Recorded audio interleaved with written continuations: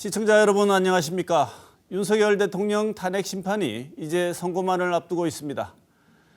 헌법재판소가 이르면 다음 주에 파면 여부를 결정할 것이라는 관측이 나오는데요. 그동안 탄핵 정국에서 여야가 끊임없는 공방을 펼쳤습니다만 이 가운데 당론과는 다른 표로 소신의 아이콘이 된 분이 있습니다. 바로 국민의힘 김상욱 의원입니다. 오늘 토크오는 김상욱 의원과 함께 탄핵 정국 분석과 보수의 미래는 어디로 가야 할지 이야기해보는 시간 마련했습니다. 먼저 함께 하실 김상욱 의원 소개하겠습니다. 김상욱 의원 어서 오십시오. 네, 반갑습니다. 네. 김상욱입니다. 네. 오랜만에 대구 오니까 참 좋은 것 같습니다. 네. 고향이 대구시죠? 예, 대구에서 초, 중, 고 다 나왔고요. 가족들도 대구에 있고 대구가 너무 제가 좋아하는 사랑하는 제 고향입니다. 고향 분들도 김 의원을 사랑해 주면 좋을 텐데 좀 그런 분위기는 아닌 것 같아서. 사랑받고 싶습니다. 네. 요즘 김상욱 의원 보면 약간 네네. 예전에 만화 영화에 나왔던 외로워도 슬퍼도 나는 안 울어. 더 많이 웃겠습니다. 네. 제가 많이 웃어야지 또 보시는 국민들께서 또 웃음을 지을 수 있지 않을까 생각합니다. 공인이라는 자리가 제 권리나 또는 저의 감정이나 어려움이 중요한 것이 아니라 국민들께 조금이라도 웃음을 드릴 수 있고 희망을 드릴 수 있는 것이 제일 중요한 일이다. 의무와 책임이 더 중요하다. 그런 생각으로 자리에 임하고 있습니다. 네. 보수가 지향해야 될 바가 어딘지를 여러 각도에서 가늠해보는 기회가 될 수도 있다 이런 생각에서 모셨습니다. 먼저 다른 얘기들도 있지만 지금 때가 때인 만큼요. 예. 윤 대통령 탄핵 심판 관한 얘기 먼저 시작해 보겠습니다. 선고만 이제 남겨두고 있는데 국민의힘 내부 분위기 어떻게 보십니까? 다소 좀 어수선한 분위기 같습니다. 그리고 다들 말과 행동을 좀 조심하면서 속된 말로는 어디에 줄을 서야 하나 하는 고민을 하시는 분들도 좀 많이 보이시는 것 같고요. 이제 전국 자체가 많이 이렇게 재편되는 상황이지 않습니까? 그래서 어떤 색깔로 누구와 함께 무엇을 해야 하는지에 대한 고민들을 많이 하고 계신 것으로 알고 있습니다. 표현할 땐 줄서기지만 어떻게 보면 앞으로 국민의힘의 준비 과정이라고 보고 있습니다. 방향을 설정하는 과정이라고 볼 수도 있을 텐데 네네. 어디로 갈지를 가늠해보는 중요한 잣대는 지금까지 나왔던 반응으로 국민들이 판단할 수밖에 없지 않겠습니까? 그런데 사실 윤석열 대통령의 최후 진술은 여러 평가가 나오고 있습니다. 국민의힘은 그렇게 나쁜 평가, 부정적 평가가 아니었던 것 같은데 김상욱 의원은 윤 대통령의 최후 진술을 어떻게 평가하십니까? 저는 좀 아쉬운 점이 많았습니다. 한나라의 가장 큰 지도자였습니다. 그렇다면 중요한 것은 사회 통합 그리고 또 마지막까지 책임지는 자세라고 생각합니다. 그런데 주로 법리 공방이 아닌 정치적 선동에 의한 이제 세력 규합 그런데 이 결과가 심각한 사회 갈등으로 나타났습니다. 헌법재판소 결정이 어떤 결정이 나든 간에 이 이후에 지금 일어난 사회 갈등으로 인해서 사회가 혼란스러울 수밖에 없고요. 특히 좀 많이 아쉬웠던 점이 본인이 한 행동에 대해서 부하들의 탓을 하거나 또는 금방 들통나는 거짓말들을 계속해서 하시거나 하는 부분들은 한나라의 지도자로서 모습이 좀 많이 아쉬웠다. 저는 그런 생각 가지고 있습니다. 네. 탄핵재판소 선고 결과 어떻게 해석하십니까? 저는 사실 이제 윤석열 대통령의 파면 선고에 대한 얘기를 한다는 것 자체가 참 안타까운 일이고요. 또 송간일이기는 합니다. 하지만 또 분명하게 정리해야 될 역사의 한 대목이라 생각합니다. 윤석열 대통령이 파면 결정을 면하려면 몇 가지 넘어가야만 하는 도그마틱이 있습니다. 첫 번째 제일 중요한 것이 비상계엄이 정당했다라는 평가를 받아야만 하는데요. 비상계엄이 정당하려면 비상계엄 사유, 또 절차, 내용, 재량, 한목적성 이런 부분들이 다 통과를 해야 합니다. 그런데 비상계엄 사유에 관해서 우리 헌법에 나와 있기로는 전시 또는 준전시로 되어 있고요. 비상계엄이라고 하는 것은 국민의 기본권을 본질적으로 침해하는 것이라서 준전시라고 하는 것에 대해서는 엄격 해석을 원칙으로 하고 있습니다. 따라서 실질적으로 전시와 같은 상황이어야 하는데 12월 3일 당시 전시와 같은 상황이었다고 우리가 평가할 수가 없기 때문에 비상계엄 사유는 존재하지 않는 것이고요. 또한 절차적인 부분에서도 국무회의에 정상적인 의결이 있었다, 심도 깊은 논의가 있었다고 볼 수 없기 때문에 절차 한결이 있고 또 내용상으로도 포고령에 비상계엄을 한다 하더라도 할 수 없는 부분들이 있습니다. 그것이 뭐냐 하면 헌법기관의 기능을 침해하는 것, 국회나 선관위의 기능을 침해하는 것은 비상계엄이라도 할 수 없는 것입니다. 따라서 위법 위헌적인 사항입니다. 그렇다면 당장 비상계엄을 정당했다고 평가할 수 없기 때문에 이 비상계엄이라고 하는 것은 극단의 상황에서 국민을 보호하기 위한 국가의 최후 수단입니다. 그 최후 수단을 남용했다는 것 때문에 뭐 파면 결정을 법리적으로는 면할 수 없다라고 저는 생각하고 있고요. 이 가장 걱정되는 것은 이 헌재 결정 이후에 우리 사회가 극단의 혼란에 빠질까. 사실은 그것이 가장 걱정스럽습니다. 지금은 이제 파면 결정은 날 것이라고 저는 생각하는데 이 이후에 이 혼란을 빨리 수습하고 사회 통합을 이루어내는 것이 더 중요한 대목이다. 그렇게 생각하고 있습니다. 네. 여기까지 지나간 얘기지만 이제 진행되고 있는 얘기 한번 해보겠습니다. 네네. 탄핵 전국 속에서 계속 이 소신 행보를 보이고 계신데 그중에 하나가 뭐냐면 명태균 특검법에서 또 그렇습니다. 2월 28일 국회를 통과했는데요.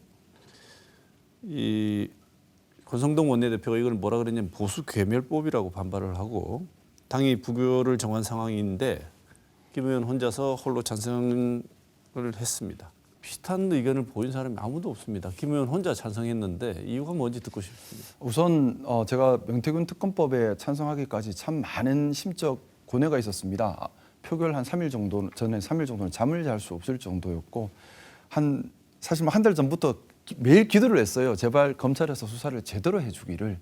그런데 아쉽게도 특검법 표결 때까지 검찰이 제대로 된 수사를 하지 못했던 것 같습니다. 녹취록이 공개가 됐습니다. 그 녹취록에는 김건희 여사와 윤석열 대통령이 공천에 직접 개입한 정황이 그대로 적나라하게 녹음이 되었는데 그 녹취록을 검찰에서 일찍 확보했음에도 불구하고 김건희 여사에 대한 조사를 일체하지 않았습니다. 더욱이 8명의 평검사가 연서하면서까지 의견을 표출했음에도 불구하고 모든 수사 결과가 대통령께 보고가 되었던 것으로 보여지고 수사가 제대로 이루어지지 않았습니다. 검찰을 신뢰할 수 없는 상황이 되어버린 것이죠. 저는 보수주의자입니다. 보수주의자로서 수호해야 할 수호 가치가 있습니다. 보수괴멸이라고 하는 것은 보수가 보수의 가치를 잃어버리고 보수가 보수에 나아가야 할 방향성과 진정성을 잃어버릴 때 진짜 보수 괴멸이 생기는 겁니다. 보수가 보수의 가치와 방향성과 진정성을 잃어버린다면 국민들이 보수를 신뢰할 수가 없고 보수 정당이 보수로서 기능을 하지 못하게 됩니다. 진정한 보수 괴멸이라고 하는 것은 사람 한 명 한 명이 다치고 안 다치고의 문제가 아닙니다. 보수가 보수의 가치를 지켜가고 있느냐 아니면 잃어버렸느냐. 저는 이것이 핵심 징표라 생각하고요. 우리 보수가 지켜야 할 수호 가치, 헌정 질서, 민주주의, 법치주의 이런 것들입니다. 말 그대로 수호 가치입니다. 단순히 좋아하는 것이 아니라 절대적으로 목숨을 내놓고라서라도 지켜야 되는 가치입니다. 자, 그러면 검찰에서 명명백백하게 잘못된 것을 잘못됐다라고 권력의 눈치를 보지 않고 수사를 함으로써 정의를 구현해 나가는 것, 이것이 법치지요. 근데 이 법치가 무너진 겁니다. 또한 대통령이 정당의 공천에 함부로 개입하면 안 된다는 것은 헌정 질서입니다. 이것도 무너졌습니다. 이걸 바로잡는 것이 보수의 가치인 겁니다. 그런데 우리 보수 정당의 인사들이 위험에 처할 수 있다는 이유만으로 이런 보수의 가치를 외면해 버린다면 그것이야말로 보수의 붕괴로 가는 더 위험한 징표라고 생각합니다. 더더욱이 조기 대선 정국이 곧 열릴 텐데요. 매우 어려운 상황에서 어려운 선거를 치러야 합니다. 그런데 명태균 관련 이 케이스를 제대로 풀지 못하고 간다면 선거 내내 발목을 잡을 겁니다. 차라리 우리 당에서 적극적으로 옳다 그르다 미리 정리를 해버리면 털 것은 털고 그리고 선거에 임한다면 더 국민들께 호소력이 있다고 생각합니다. 보수당은 보수의 가치를 추구하고 실현하고 해나갈 때 그걸 통해서 국민들의 신뢰를 얻어나갈 때에만 제대로 생명력을 가질 수 있다고 생각합니다. 네, 김유지, 한지아 의원 등 뭐 이런 비슷한 길을 갈 것 같은 10명의 의원들은 그러니까 반대는 안 하고 네. 불참을 하는 약간 소극적인 어떤 저항이랄까요? 이런 형태를 보였는데 김 의원님 보시기에는 적극적인 반대 의사 표명은 미루지만 그래도 반대 의사 표명은 한 것이다 이렇게 보고 계십니다.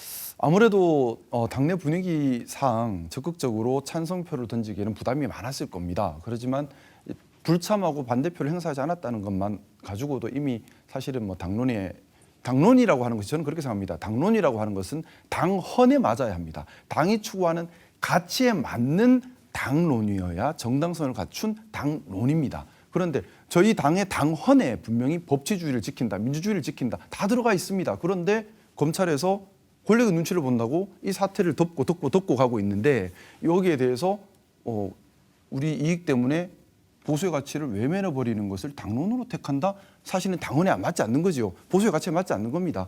여기에 대해서 용기를 내고 소신껏 투표를 할 수 있어야 하지만 당의 분위기도 사실 그게 아닙니다. 이렇게 당헌에 따라서 보수의 가치에 따라서 투표를 하면 너는 왜 당의 말을 듣지 않느냐라는 비난에 직면하기 때문에 또 그 비난의 수위가 워낙 높다 보니까 아마 소신껏 찬성 투표를 하기 힘들었을 거라 보여지고 그래서 결국 불참하는 방법으로 소극적 저항을 한 것으로 저는 생각하고 있고요. 네. 아마 이렇게 되면 재의결 때는 또 경우에 따라 이분들은 재의결 때는 찬성을 했는지 반대가 했는지 나타나지 않습니다. 그럴 때는 또 소신 투표로 갈 개연성도 있다고 보고 있습니다. 1차 탄핵안 표결 당시로 한번 가보겠습니다. 1차 탄핵안 표결 당시 대부분 퇴장했던 가운데 네. 김 의원님만 본회의장으로 돌아와서 표결에 참여를 하셨고 이후 2차 표결을 앞두고는 1인 시위를 하기도 하셨습니다. 이때 중진들은 다른 의견을 나타내면서 상당히 압박을 받았을 것 같습니다. 초선이신데 초선으로 느꼈던 그때 압력과 어려움 어떠셨습니까? 사실 이 탄핵 찬성표 할 때 초기에는 그런 제가 겪는 어려움보다는 참담함이라는 마음이 더 저한테 컸던 것 같습니다. 12월 3일 밤에 국회에 무장 군인들이 들어왔고 그 현장에서 저도 같이 저항하고 표결에 임했습니다. 상당히 위협적인 순간이었고요. 대한민국 민주주의가 붕괴하는 현장을 보고 있었습니다. 국회의원은 국회의원에 취임할 때에 헌법을 지키겠다 수호하고 선서를 합니다. 헌법을 지키고 국가와 국민을 지키는 것은 당리당략보다 앞선 국회의원의 기본 의무입니다. 제가 일반 사인이었다면 위험한 현장을 피하고 싶었을 겁니다. 하지만 국회의원으로서 헌법을 수호해야 되는 입장이기 때문에 이런 사태가 벌어졌다는 것에서 같이 책임을 지고 어떻게든 지켜내야 되는 입장이었습니다. 그런데 12월 3일, 4일 우리 눈앞에 벌어졌던 일은 87년 이후에 유지되어 왔던 민주주의가 완벽하게 붕괴하는 그대로 이루어졌으면 500명의 체포명단 그중에 일부는 처단이 되고요. 그리고 정치활동이 금지가 됩니다. 언론 다 금지가 됩니다. 선관위가 대통령 직속의 감시 감독을 받게 됩니다. 법치주의가 무너집니다. 독재국가죠. 말 그대로 독재국가로 가는 위기 상황이었습니다. 그리고 비상계엄이 실패를 했습니다. 하지만 비상계엄을 한 대통령은 그 자리에 그대로 있습니다. 그리고 비상계엄을 한 대통령을 따랐던 장군들도 그 자리에 있습니다. 그러면 내란죄가 적용될 수 있고 내란죄는 심각하게 중형이 나갑니다. 그러면 이분들 입장에서는 뭐 아니면 돈 겁니다. 어떻게든 비상계엄을 다시 하지 않으면 본인들 안위가 위험해지죠. 그래서 그때 국회 주변에는 그런 말들이 많았습니다. 전쟁을 준비하고 있다. 그래서 제2비상계엄이 나올 것이다. 저는 마음이 정말 급했습니다. 나라를 구해야 된다. 자칫 잘못하면 전쟁이 날 수 있고 자칫 잘못하면 제2비상계엄이 갈 수 있고 자칫 잘못하면 민주주의가 무너지고 다시 독재로 갈 수 있다. 이걸 막아야 한다라는 간절함이 컸고요. 그래서 사실은 주변의 압박이나 이런 것들은 그때는 별로 제가 고려 대상은 아니었고요. 너무 간절했습니다. 대한민국을 지켜내야만 한다. 전쟁에서 지켜내야 하고 비상계엄에서 지켜내야 하고 독재에서 지켜내야만 한다. 이번에 만약에 탄핵 시기를 놓쳐버리면 이 장군들 다 감옥 가게 되지 않습니까? 감옥 갈 바에는 한 번 더 하겠다 할 수 있는 거거든요. 되게 저는 그런 위협감이 컸고 반드시 막아야 한다는 사명감을 많이 느낀 그런 순간이었습니다. 네. 1인 시위할 때 그래도 가장 고마웠던 분 누굽니까? 여러분들이 계십니다.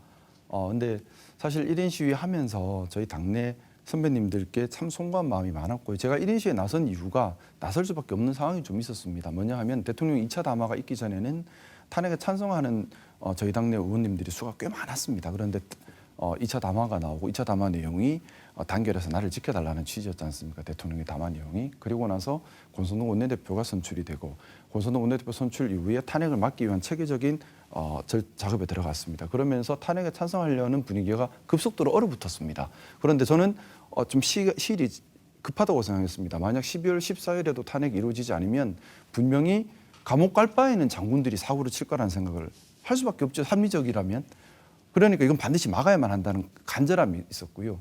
그래서 그때 어떤 생각을 했냐면 분위기를 바꾸기 위한 노력이 있어야 되고 또 욕받이 할 사람이 있어야겠구나. 누군가 한 명 대신 욕을 다 먹어야지만 소신파들이 소신 투표를 할 수 있겠구나. 길을 열어야겠다는 생각을 했습니다. 그래서 저는 제가 자청에서 욕을 먹겠다, 욕받이를 하겠다. 그리고 분위기를 좀 바꿔보겠다는 취지에서 사실 나서는 걸 좋아하지는 않지만 그때 1인 시위에 전 태어나서 처음 해본 시위입니다.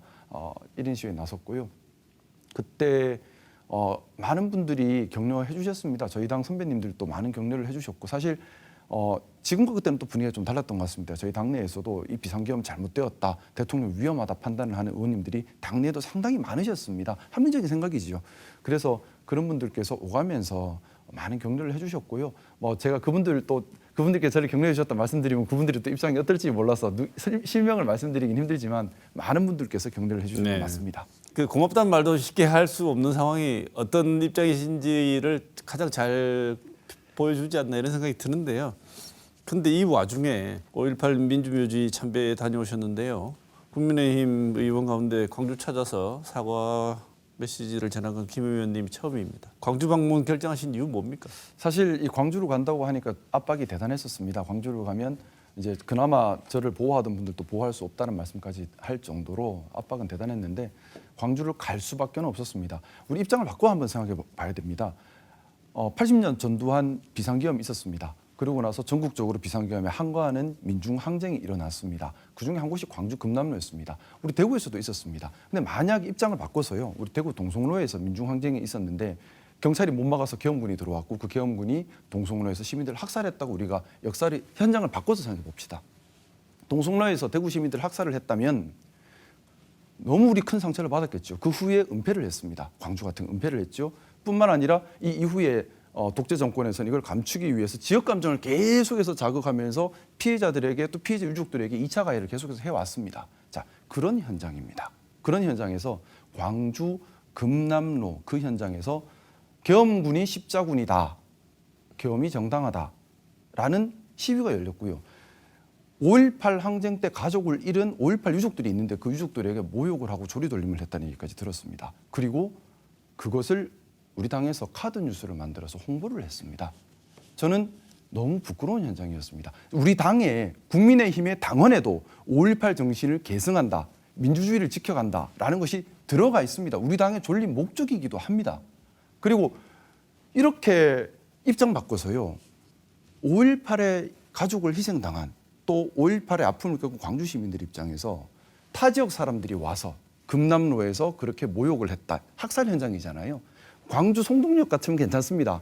광주 금남로는 학살의 현장입니다. 그 학살의 현장에서 학살한 사람들을 십자군이라고 표현을 하고 있는데 이 상처, 이 원한을 어떻게 합니까?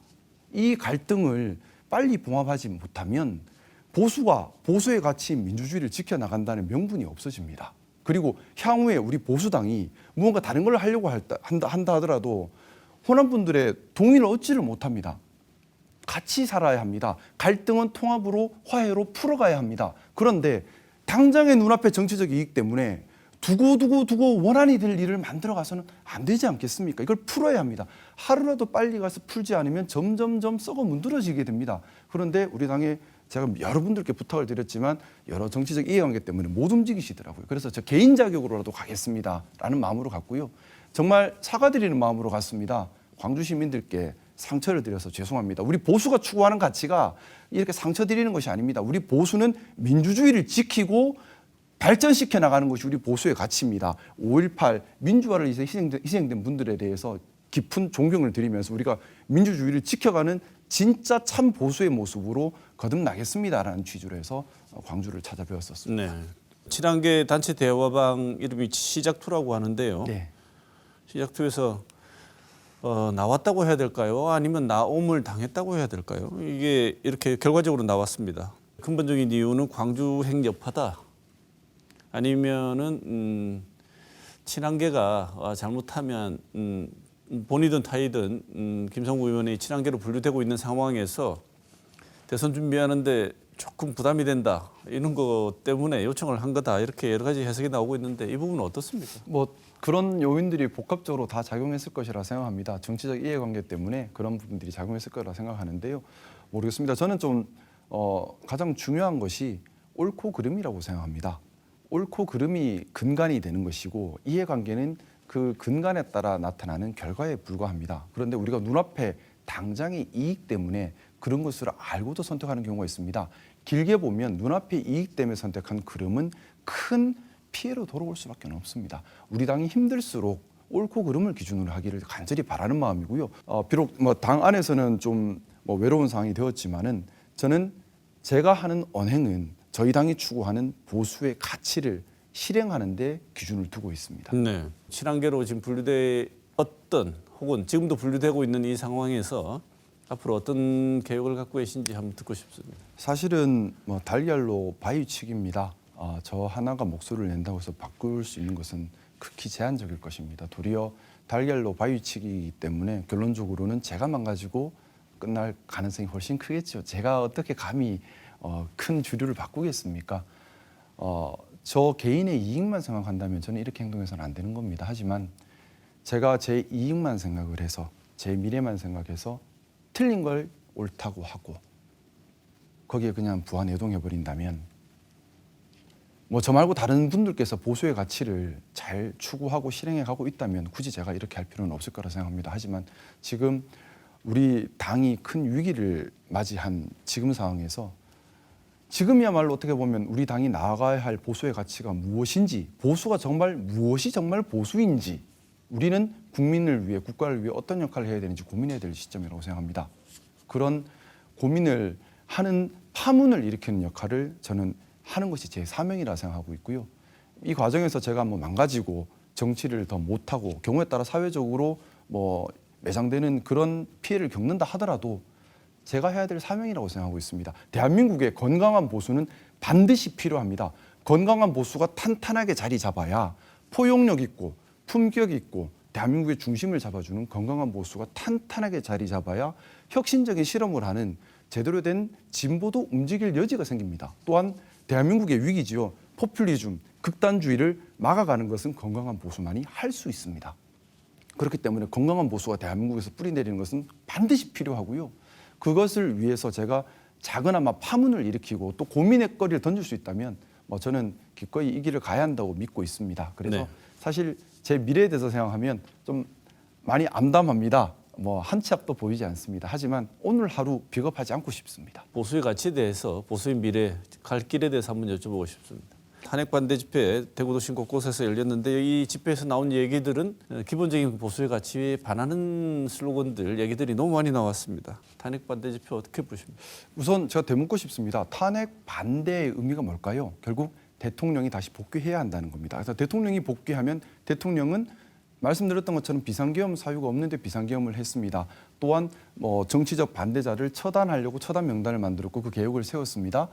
이것이 허용된다는 거죠. 또한 선거관리위원회는 공정하게 관리되어야 되는데 대통령 직속으로 들어와서 대통령의 감시 감독을 받으면 공정할까요? 공정할 수 없겠죠. 대통령 눈치를 보겠죠. 공정선거가 안 됩니다. 또한 헌법재판소를 없앤다는 주장도 나오고 있습니다. 헌법재판소도 없애고 법원도 대통령 눈치를 본다 하면 자, 이 나라는 어떤 나라일까요? 독재국가입니다. 민주주의 국가가 아니지요. 탄핵 반대를 한다는 것은 사실은 그래서 민주주의를 부정하는 것으로 해석될 여지도 있는 것입니다. 그래서 정말 고민하고 신중하게 해야 되는데 불행히도 탄핵 반대 집회의 상당수는 자신의 정치적 이익을 위해서 정치적 세력 강화를 위해서 나서서 더 선동적인 말을 하고 있는 것이 현실인 것 같습니다. 우리 보수는 보수의 가치를 지향을 하고 이 가치 지향을 품격과 품위를 갖춰서 포용성 있게 해 나가야 합니다. 그래서 사회의 안정을 이룩하고 하고 사회 통합을 만들면서 발전을 지향하는 것이 진정한 보수의 모습입니다. 우리 보수가 추구하는 것, 공정하고 합리적이고 개방적이고 포용적이고 자유로운 사회입니다.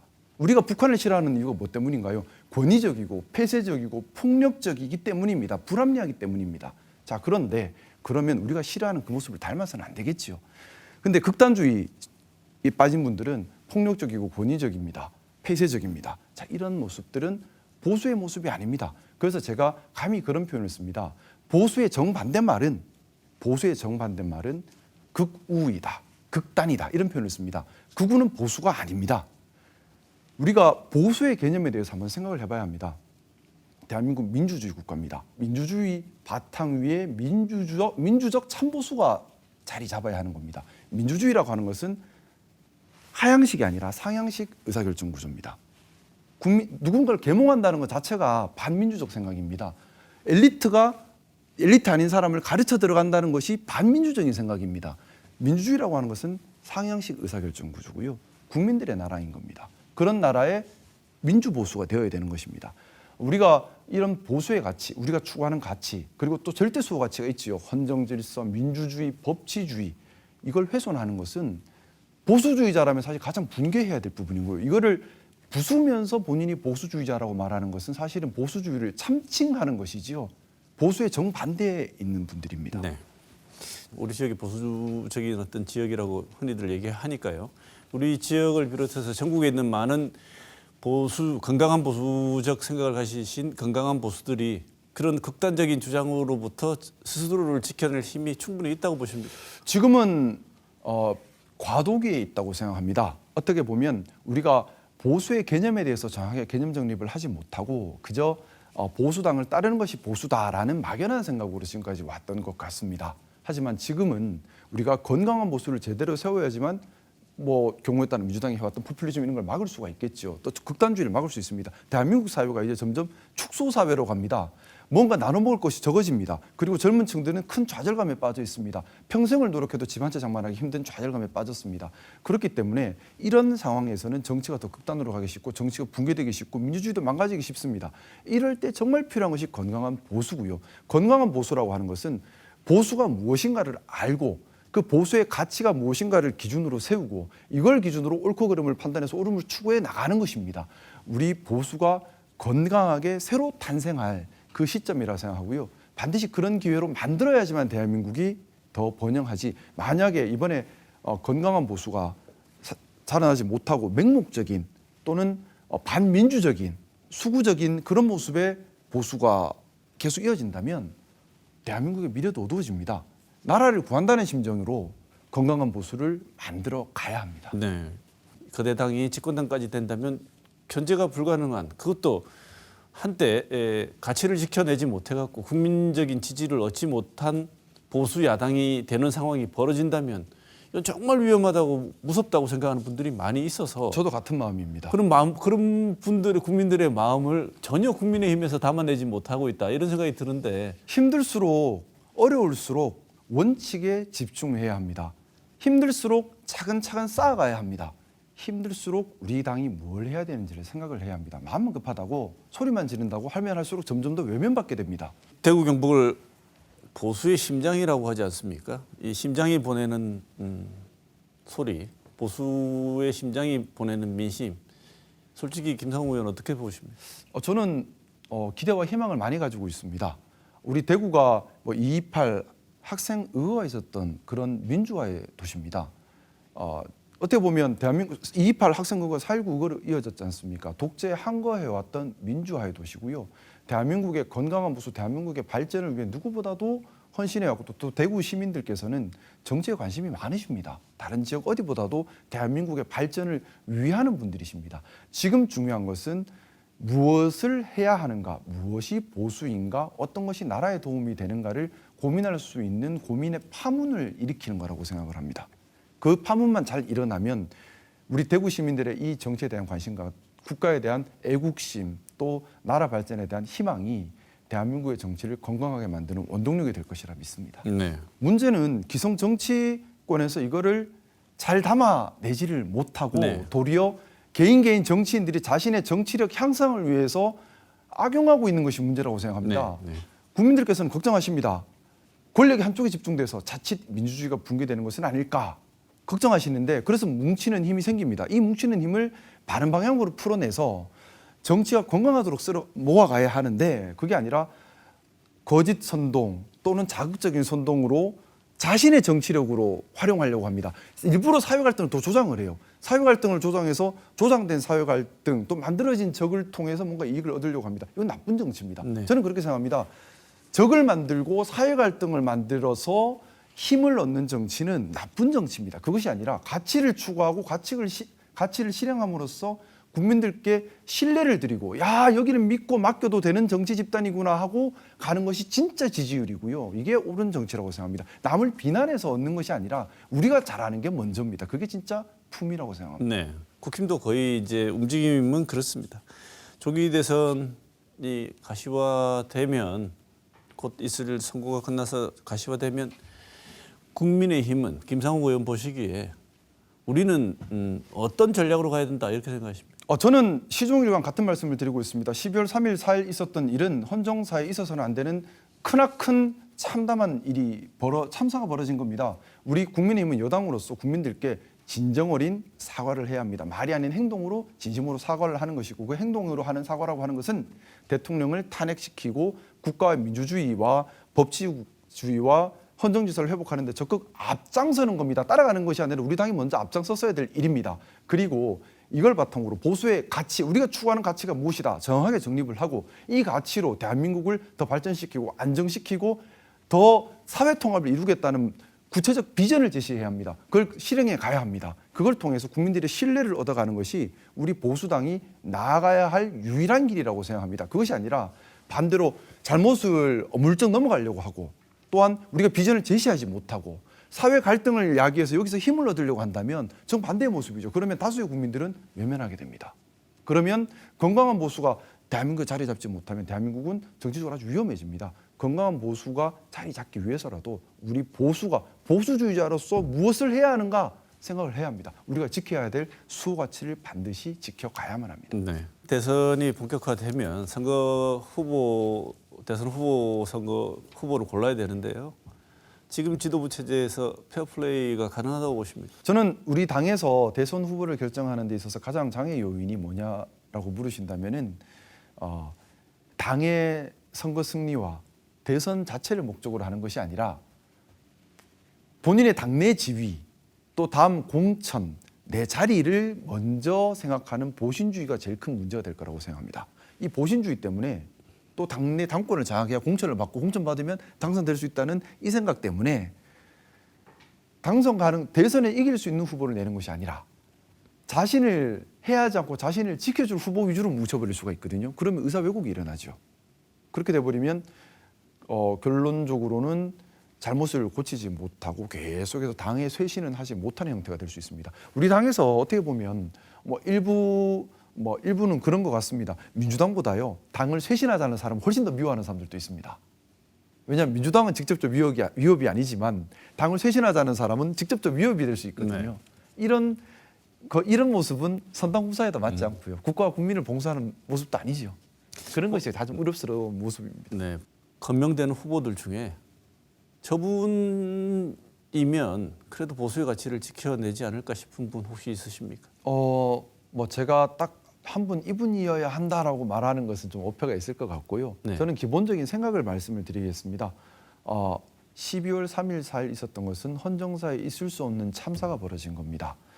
그렇다면 이 헌정사에 있을 수 없는 참사를 벌인 세력이 중심이 돼서 정권 연장의 의미를 갖는 정권 창출이 이루어진다면 역사적으로도 맞지 않아요. 그러면 우리 당은 어떻게 해야 되느냐?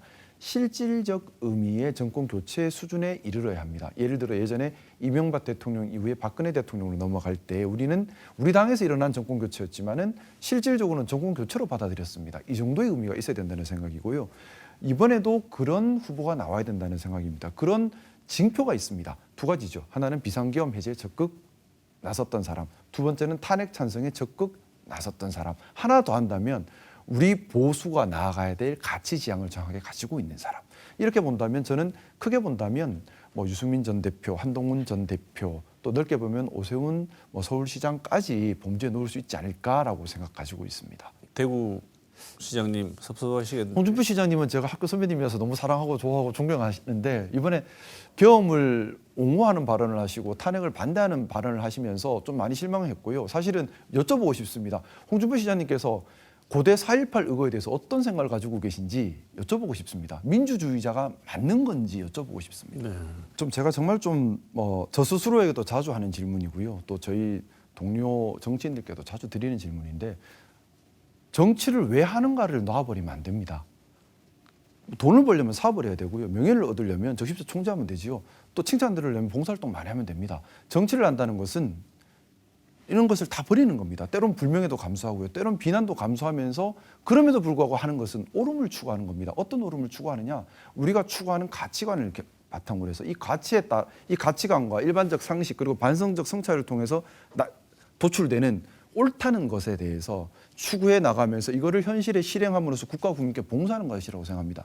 이것이 정치여야 하는데 어느 순간부터 이 목적이 사라지고 내 자리, 내 공천, 내가 무엇을 또는 우리 당이 이게 앞서는 순간에 정치의 목적이 주객이 전도되는 것이라 생각하고요. 우리가 정치에 하는 사람들은 정치하는 이유에 대해서 늘 잊으면 안 된다는 생각 가지고 있습니다. 네. 제가 그 질문을 맨 마지막에 어떤 정치에 대해서 어떻게 생각하시냐고 질문을 드리고 싶었는데 먼저 말씀을 해주셔서 죄송합니다. 마지막 질문은 이걸로 대신하겠습니다. 네. 현실 정치를 하는 현실 정치인 김상욱에게 지금 가장 걸림돌은 뭡니까? 저한테 가장 큰 걸림돌은 동지가 너무 적다. 그리고 너무 외롭다. 그리고 너무 혼자 가는 길이라서 그게 제일 힘든 것 같습니다. 네. 그러면 앞으로 어떤 역할로 그 혼자 가는 길을 좀 더 풍부하게 하고 싶습니다. 뭐 지금은 말씀드렸던 것처럼 계란으로 바위치기고 외로운 목소리일지 모르겠지만 저는 제가 내는 목소리가 보수주의자로서 양심에 반하지 않는 목소리라 생각하고요. 또 저희 당헌에도 맞는 목소리라 생각하고 대한민국의 건강한 보수를 위해 내는 목소리라 생각합니다. 말씀 올렸던 것처럼 대한민국의 건강한 보수는 시대적으로 지금 꼭 필요합니다. 건강한 보수가 탄탄하게 자리 잡아야 혁신적인 진보의 시도도 있을 수가 있고요. 포퓰리즘도 막을 수 있고 극단주의도 막을 수 있습니다. 이런 건강한 보수를 대한민국에 우리 국민의 힘에서 뿌리 내리게 하고 싶고 그것을 위해 제가 할 수 있는 역할을 최선을 다해 할 계획입니다. 네. 건강한 보수가 정말 반드시 민주주의에는 존재해야 한다고 생각하는 한 사람으로서 또 다양한 목소리는 그런 민주주의의 건강성의 바로미터라고 생각하는 사람으로서 여러 가지 압박에도 불구하고 어쨌든 본인의 목소리를 내는 국민의힘 김상욱 의원 응원하겠습니다. 자, 감사합니다. 오늘 여러 가지 힘든 상황에서도 좋은 말씀해 주시고 격정적으로 본인의 소신을 피력해 주셔서 감사드립니다. 고맙습니다. 여기서 마치겠습니다. 고맙습니다.